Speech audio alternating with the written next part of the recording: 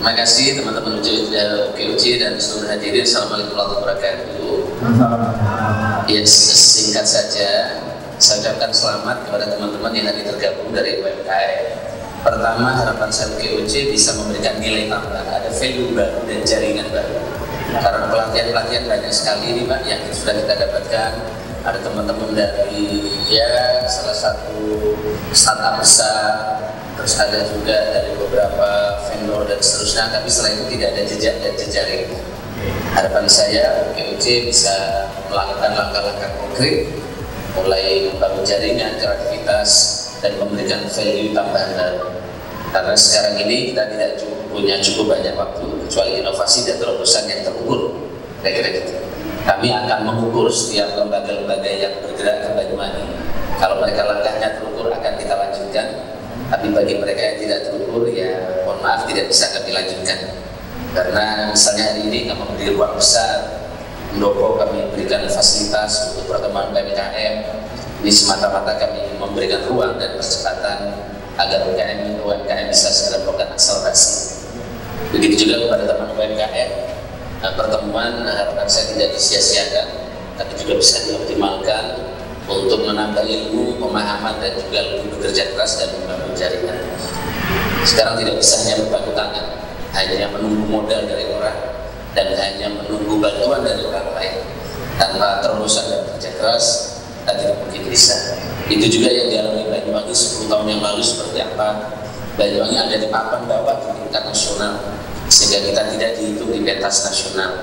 Hari ini di tengah keterbatasan anggaran APBN dan APBD, tentu kita perlu bekerja keras setelah Banyuwangi masuk di jajaran nasional, termasuk juga jejaring konektivitas kita sudah tumbuh. Ingat Bapak Ibu, seluruh UMKM, harapan orang sangat tinggi hari ini. Karena COVID, ada banyak orang yang di PHK. Halo? Jelas Pak? Jelas. Iya. Karena di PHK dan seterusnya, tetapi saya ingin sampaikan kepada seluruh hadirin, APBD Banyuwangi turun hampir 500 miliar. APBD kita di 2020 ini anjlok. Kenapa? Karena PAD kita turun. Yang kedua, dana transfer kita dari pusat juga turun, dan ini dialami hampir seluruh kabupaten di Indonesia.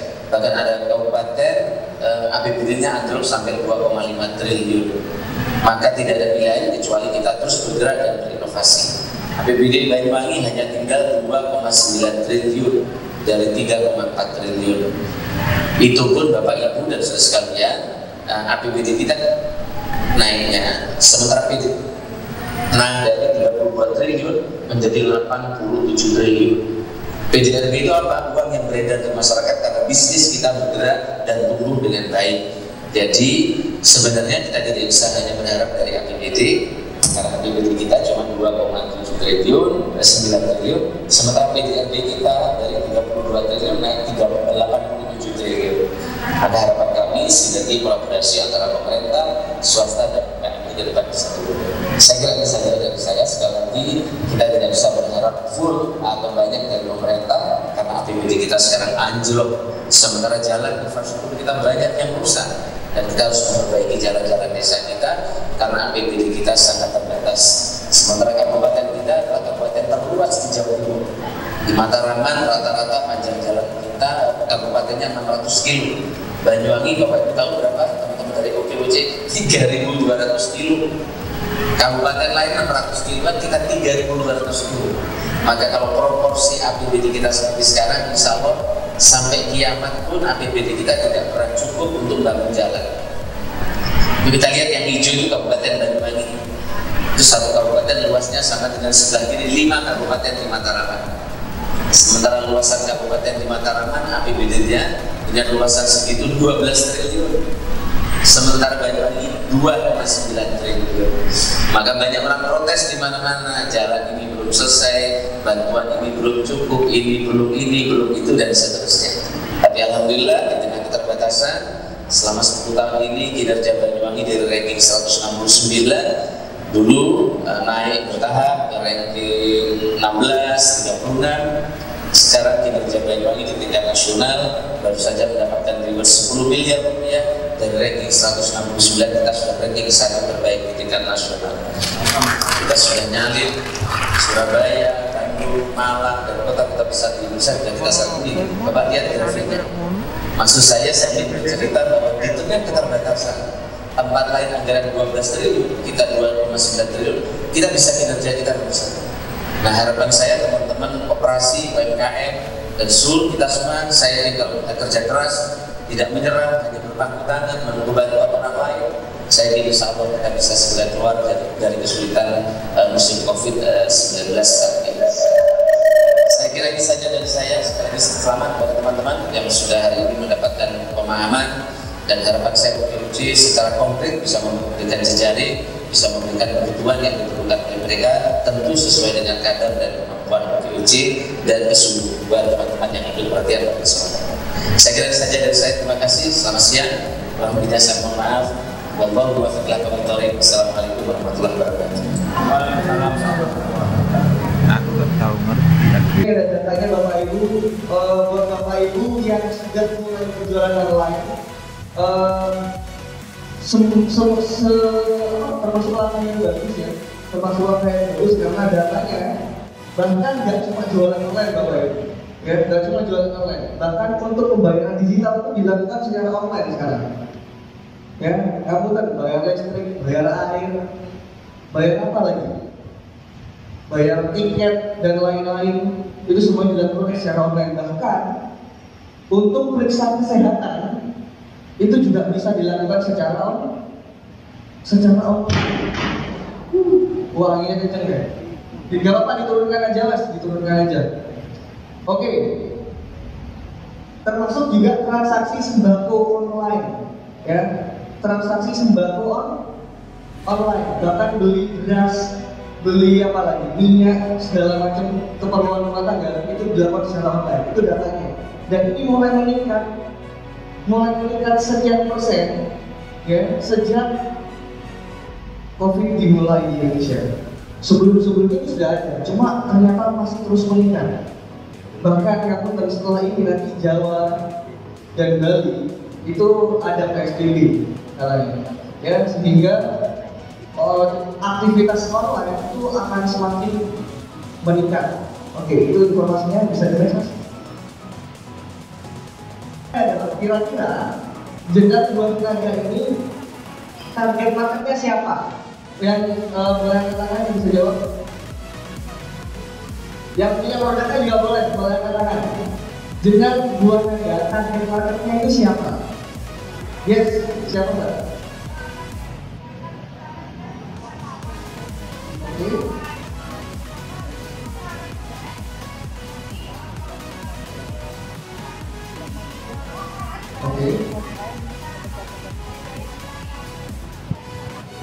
Oke. Target utamanya adalah wisatawan. Target utamanya wisatawan lokal maupun interlokal. Selama ini sudah dilakukan, sudah masuk ke internasional. Paling luar ke negara mana, Bu? Taiwan dan Hong Kong. Tepuk tangan dua jenderal luar negara. Ya. Thank you. Oke, nah, ngapunten Bapak Ibu. Ketika Bapak Ibu sedang melakukan misalkan di Facebook ya, Bapak Ibu bisa mengatur target marketnya, ya. Untuk bicara soal target market lebih lanjut nanti akan kita bahas ya. Ini Bapak digital marketing secara umum, ya, buat Bapak Ibu yang belum mulai jualan online, kemudian ingin jualan online, ini bisa jadi referensi. Yang pertama, bisa digunakan semua jenis bisnis. Ya, nanti bisa kasih tahu saya. Kalau misalkan nanti ketemu, Mas, kamu kan bisnis ini nggak bisa, Mas, dijual secara online nggak bisa. Kalau kita mau, nanti boleh share di grup, ya. Boleh share di grup. Ada yang belum masuk grup di sini? Mas yang belum masuk grup, nanti bisa hubungi panitia OKUC ya. Nanti bisa menghubungi panitia OKUC yang di belakang yang belum masuk grup. Ya, oke, nanti masuk grup, ya. Nah, kemudian meningkatkan pendapatan efektif, mampu menjangkau target konsumen secara spesifik, efisien dalam segi perangkat.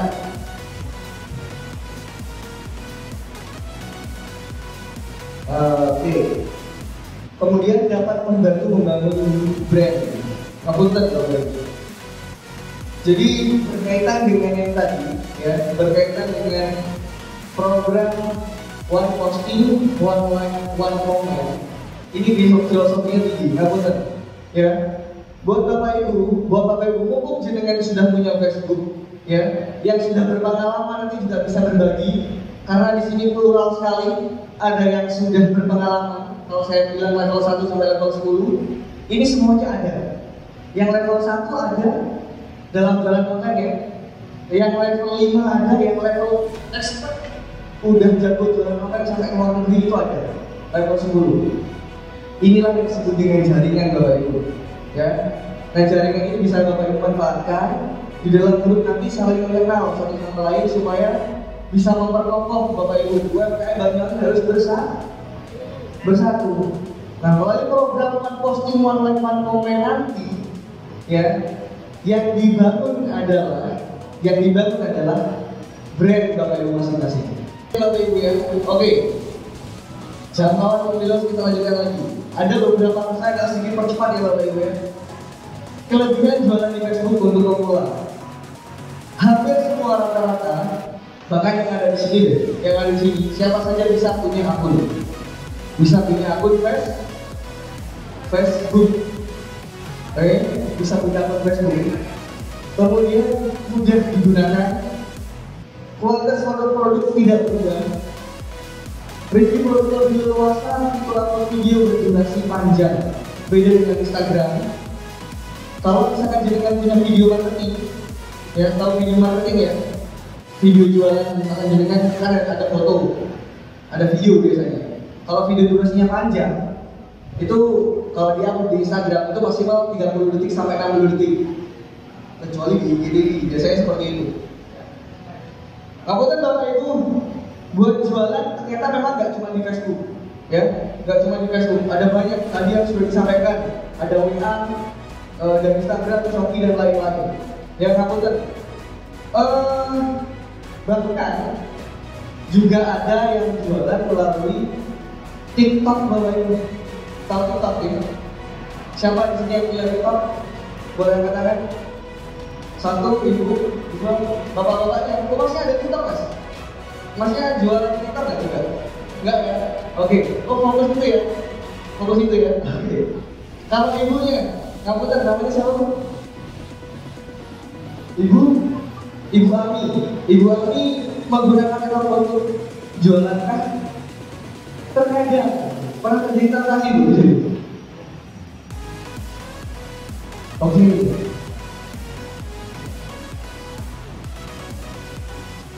Oke, kalau boleh tahu jasanya apa?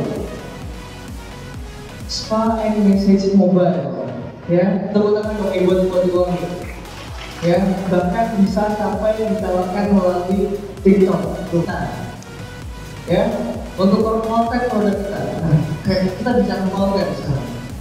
Nah, ketika Bapak Ibu jualan di Facebook atau di sosial media manapun, kemudian Bapak Ibu upload atau posting tentang jualan, kira-kira, saya mau nanya, dalam satu hari, kira-kira lebih baik berapa postingan dalam satu hari untuk kita posting? Boleh katakan? Berapa kali? 2 kali mas? Berapa kali mas? 3 kali. Yang lain? Paling banyak 3 kali. Berarti satu hari 3 kali posting. Itu cukup? Cukup Bapak Ibu? Di sana kemarin di Jember ada yang posting satu hari itu sampai 9 kali. Lebih efektif, lebih bagus mana? Lebih mantap yang mana? Sehari posting 9 kali atau sehari posting 3 kali? 3 kali? 3 kali ya? Oke. Sekarang saya kasih tahu Bapak Ibu. Mau 9 kali, mau 3 kali, itu sebenarnya nggak ada masalah. Yang menjadi masalah adalah ketika kontennya itu aja posting. Oke ya, yang saya garis bawahi adalah ini bukan perkara seberapa sering Bapak Ibu posting, tapi ini tentang konten apa yang diposting. Oke ya Bapak Ibu ya. Meskipun 3 kali, tapi kontennya atau 9 kali sekalipun, tapi kontennya tentang jualan, maksudnya ayo beli produk kita, ayo beli. Jualan terus, tentang jualan terus. Bahkan sampai story WA itu jadi titik-titik Bapak Ibu. Ngapunten ya. Ini ada, saya yakin ada ya. Yang story WA sampai jadi titik-titik. Itu orang akan berpikir 2 kali ya untuk melihat. Itu kalau bilang. Kalau di Facebook, maka itu akan melihat sebagai ini kok jualan terus. Kurang fresh Bapak Ibu. Nah, itu yang pertama ya, tentang konten tadi ya. Sehingga Bapak Ibu, untuk Bapak Ibu melakukan postingan, ini perlu ada yang namanya manajemen konten. Gampangnya, sekarang saya kasih tahu yang gampangnya. Bapak Ibu, kita ambil ya 1 hari 3 kali aja. 1 hari 3 kali Bapak Ibu, cukup. Ada zona waktu Bapak Ibu di dalam posting di Facebook. Zona waktu ideal dari 24 jam ya. Kan sehari kita punya 24 jam ya. Sehari kita punya 24 jam. Jam berapa yang terbaik kita upload di Facebook Bapak Ibu? Jam 9. Ada lagi. Jam berapa Mas? Pakai tangan. Jam 6 sore. Jam 9 pagi, jam 6 sore, jam 10 subuh Bapak Ibu. Mantap, habis tahajud. Jam berapa Pak? Jam 6, jam 11, jam 4, jam 4 sore. Dari sekian banyak itu yang tadi semuanya benar Bu. Maupun bisa, boleh. Bahkan jam 12 malam sekalipun boleh jualan Facebook. Bisa upload, cuma ya untuk waktu ideal jualan Facebook di mana nanti lalu lintasnya penuh, rame, itu ada di jam ya antara yang pertama nih antara jam 12 siang sampai jam 2 siang. Itu zona waktu yang pertama. Zona waktu yang kedua antara jam 4 sampai jam 5, setengah 6 lah, sampai jam setengah 6 sore.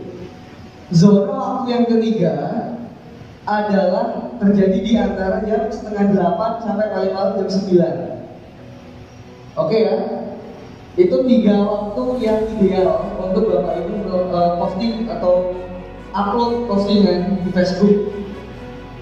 Boleh di luar waktu itu enggak? Ya boleh aja. Kenapa kok bisa seperti itu? Algoritma Bapak Ibu ya. Jadi lalu lintas supaya kita bisa dapat banyak engagementnya di sana. Apa keunikan produknya jenengan atau jasanya jenengan masing-masing. Bahkan sekaligus juga isi copywritingnya. Jadi itu yang Bapak Ibu isi supaya nanti tahu, oh anak ini kemana. Ya tahu borang ya, borang itu adalah semacam lembaga yang nanti Bapak Ibu isi sebagai roadmap atau peta. Ya sebagai roadmap atau peta. Kemudian idealnya adalah satu akun sosial media itu untuk satu produk atau satu jasa. Ya, idealnya seperti itu. Membangun website pribadi. Yang sudah punya website boleh tanya. Sudah punya website Bapak Ibu sudah? Ada lagi? Ibu? Oke. Yang lain? Belum ya, nggak masalah. Karena kita bisa menggambarkan yang kedua, yaitu membangun sosial media. Membangun apa Bapak Ibu? Sosial media, sosmed. Ya. Kita bisa jual di sana. Kemudian gunakan konten ini yang penting. Ya, kalau misalnya saya sosial media ads itu berbayar. Oke. Sekarang kita bisa target market dulu Bapak Ibu ya. Kita coba masih ada waktu ya. Bicara tentang target market, ini ada sedikit cerita Bapak Ibu. Ini saya klasifikasikan menjadi 3. Saya klasifikasikan menjadi 3 ini sebagai panduan aja bagi Bapak Ibu juga yang akan mulai, juga yang baru mulai terkait dengan jualan online maupun yang offline juga sama. Bapak Ibu, target market saya klasifikasikan menjadi 3. Yang pertama Bapak Ibu, sebelum ini ya, sebelum saya ingin tegaskan dulu, semoga kita samakan dulu ya tentang definisi target market ya. Target market itu apa sih sebenarnya Bapak Ibu? Apa? Sasaran pasar. Itu. Apa lagi?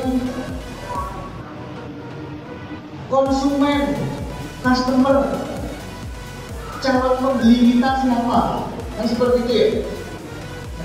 Target market yang pertama saya sebut sebagai range 1. Lingkaran pertama kita Bapak Ibu ya. Siapa mereka? Mereka adalah orang-orang yang sudah mengenal kita, yang sudah tahu siapa kita, dan yang sudah pernah merasakan produk atau jasa kita. Itulah current market atau target market yang pertama, range 1. Berarti range kedua adalah orang yang belum kenal kita, belum pernah merasakan produk atau jasa kita. Itu range kedua. Namun saat ini jenengan sedang bertemu dengan range kedua yang jenengan semuanya. Ya, di samping kiri kanan jenengan masing-masing. Orang yang belum pernah tahu, kemudian belum pernah merasakan produknya jenengan semuanya. Bagaimana caranya supaya bisa menjadikan mereka target market? Sebelum kesana arahnya, saya mau tanya dulu Bapak Ibu, kira-kira penting nggak range kedua untuk dijadikan target market? Penting nggak? Yang beranggapan bahwa itu penting boleh katakan. Yang berpikir bahwa range kedua penting untuk dijadikan target market boleh katakan. Penting gitu. Namun ini berkaitan sama untuk apa kita melakukan usaha selanjutnya. Ya, ini berkaitan dengan itu. Kenapa menjadi penting? Karena ketika menjadi penting, itu akan membuat kita otomatis akan mempunyai upaya untuk menjadikan mereka sebagai bagian dari keluarga kita yang akan kita openi. Betul ya? Betul atau betul? Ketika kita openi, maka kita akan panen di situ. Ya, kita akan panen. Bagaimana caranya supaya dia mau jadi pelanggan kita? Kabupaten Bapak Ibu, gak ada yang lain. Kuncinya cuma satu, yaitu trust. Apa Bapak Ibu? Trust. Itu yang paling awal. Kepercayaan.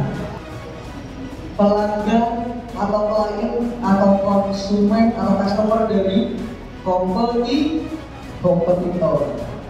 Namun ini harus hati-hati dalam menentukan. Banyak yang keliru. Betul Bapak Ibu. Range 3 target market kita adalah pelanggannya kompetitor. Namun saya nyebut brand Aqua ini air mineral punya kompetitor nggak? Punya ya. Produk apa yang tidak punya kompetitor? Yang ada di depan punya semua kan? Punya semua ya. Nah, bagaimana caranya kita bisa mendapatkan pelanggan dari pelanggannya kompetitor? Namun ini yang sering kita lakukan. Jadi ini positif ya, positif semuanya. Jadi persaingan sehat, ya persaingan sehat. Nggak ada dukun lah, enggak, kata dukun ya, enggak.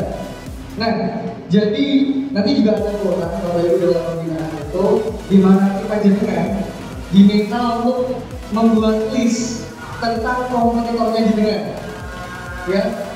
5 list apa? Membuat list Buatnya sama? Ter. TIR. Ter. Yang nomor 1, ter apa? Terbesar. Ter apa? Terbesar. Siapa kompetitor kita yang terbesar? Katakanlah di Banyuwangi. Produk khasnya Banyuwangi apa? Bakpia. Hah? Bakpia. Bakpia. Ada yang jual bakpia di sini. Apa? Ini. Oh, ini Bahagia. Ya. Bahagia. Siapa yang punya Bahagia? Produknya siapa ini tadi Bahagia? Boleh katakan? Oh, ada. Oke. Yang jualan Bahagia ini apakah hanya satu pengusaha di Banyuwangi? Banyak nih. Kebetulan ini mereknya Bahagia Enjoy. Ada ya? Oh, oke, mantap Bu, Bahagianya. Sip, jangan lupa di Oke. Nah, ada macam-macam ya yang jual Bahagia. Bu, yang jualan Bahagia selain jenengan, yang terbesar di Banyuwangi, siapa? Pak Eko. Masuk ya? Belum ya? Keluar tadi. Oh keluar, Pak Eko keluar, nggak masuk. Oh gitu, siap. Ya, masih kopi. Nah, ketika kita tahu siapa kompetitor terbesar kita bisa tulis di situ. Kenapa dia bisa menjadi sebesar itu?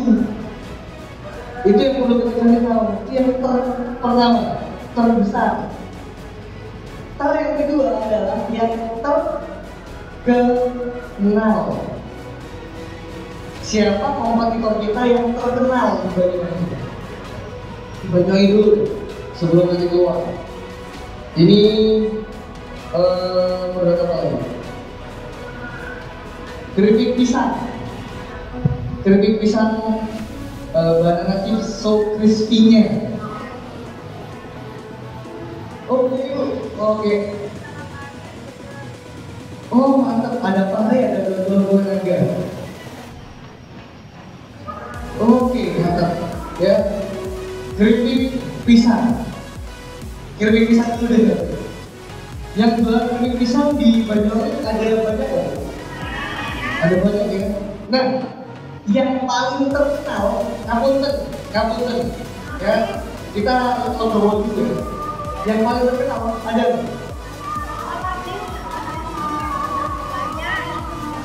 Mantap, mantap, bagus. Ya, cari Bapak Ibu produk atau kompetitor yang paling terkenal. Kok bisa ya? Gitu. Kapunten sekali lagi ini positif ya. Kita belajar. Kemudian yang ketiga, terlama. Yang apa Bapak Ibu? Kenapa kok kita perlu tahu kompetitor terlamanya kita siapa? Karena mereka kompetitor terlama itu sudah berhasil bertahan sampai sekarang. Apa yang kita lihat? Yang paling gampang kita lihat satu postingan di sosial medianya, di Instagramnya atau di websitenya atau di Facebooknya seperti apa? Oke? Dilihat, oh ternyata dia postingannya seperti ini, konten-kontennya seperti ini, pelayanannya seperti apa? Pelayanannya seperti ini. Itu Bapak Ibu, Kapunten, ya, Kapunten. Jenengan boleh duplikasi nggak? Jenengan boleh duplikasi pelayanannya nggak? Boleh duplikasi konten-kontennya nggak? Boleh nggak? Boleh. Misalkan, ternyata kompetitor saya punya konten tentang resep-resep masakan. Jadi kan boleh share juga resep-resep masakan. Ini yang terjadi. Ini paling sederhana, ya, yang paling sederhana. amati, tiru, terus modifikasi. Kalau nggak bisa modifikasi, amati, tiru, plot, ya. Seperti itu analoginya. Oke, jadi kita perlu tahu dulu kompetitor kita siapa, ya. Tadi itu di data. Setelah itu kita cari tahu bagaimana mereka bisa seperti itu, postingannya seperti apa. Oke, itu untuk range yang ketiga, atau yang kompetitor. Ini positif.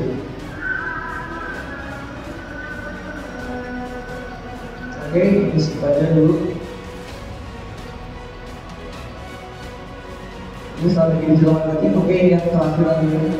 Bapak Ibu ada beberapa poin terkait dengan digital marketing yang bisa Bapak Ibu mulai lakukan. Yang pertama ini terkait dengan Google Business. Ada yang pernah pakai Google Business? Ya, ini jarang ya. Cuma ada 1, 2, 3, 4, 5, ya mungkin ada berapa? Oh, ada 6. Atau gini deh Bapak Ibu, ya, atau gini deh, biar gampang. Sirup ibu, belakangan punya sirup ibu. Sirup ibu sari kurkuma laktose. Punya siapa? Ibu yang di belakang, boleh berdiri Bu? Oke Bu, ini dibuat di rumah. Di Google muncul alamatnya nggak? Belum. Oke, silakan Bu. Terima kasih. Kemudian ada ini. Piang gandrung. Boleh tangan Bapak? Oke Bapak, piang gandrung Pak. Pak, ini produksi di rumah Pak? Produksi sendiri di rumah? Betul? Betul Pak ya? Muncul alamatnya apa di Google Pak? Alamat kira-kira alamatnya muncul di Google Pak? Muncul Bu? Nah seperti itu. Kamu kan Bapak Ibu minimal gimana caranya kita bisa membuat supaya tempat produksi kita ini alamatnya muncul di Google. Oke? Sehingga ketika ada orang luar Banyuwangi, misalkan luar Banyuwangi berarti luar kota, ya, ingin mencari misalkan aku ingin cari sale di sana. Kalau misalkan dia nggak bisa membeli di mana, kalau dia ingin cari offline misalnya, dia tinggal nyari di web sale pisang goreng nikmat, atau nanti bisa ditulis sale pisang murah Banyuwangi. Nah itu berkaitan dengan kata kunci Bapak Ibu, ya. Itu memanfaatkan Google Map. Kemudian ada WA bisnis Bapak Ibu. Nah, pakai WA bisnis? Belum? Oke, ada yang pakai, ada yang belum, nggak masalah ya. Ini cuma fitur aja. Ya, WhatsApp bisnis, ya. Salah satu fitur di dalam WhatsApp bisnis adalah Bapak Ibu bisa punya katalog produk. Buat Bapak Ibu yang belum pernah tahu sama sekali dan baru pertama kali mendengar tentang adanya WhatsApp bisnis, itu bisa dilihat di slide bahwa ada beberapa fitur-fiturnya. Hampir sama dengan WA biasa, cuman itu khusus untuk kalau misalnya Bapak Ibu ingin jualan lebih oke bahasanya. Tapi ada yang tetap nyaman menggunakan WA pribadi, itu ada dan itu nggak masalah. Ya, itu nggak masalah. Fitur-fitur yang ada pada sosial media, apapun sosial media, dia fungsinya untuk membantu, oke? Untuk membantu kita sebagai senjata saja. Ya, selebihnya adalah tergantung bagaimana kita mengelolanya. Setuju Bapak Ibu ya?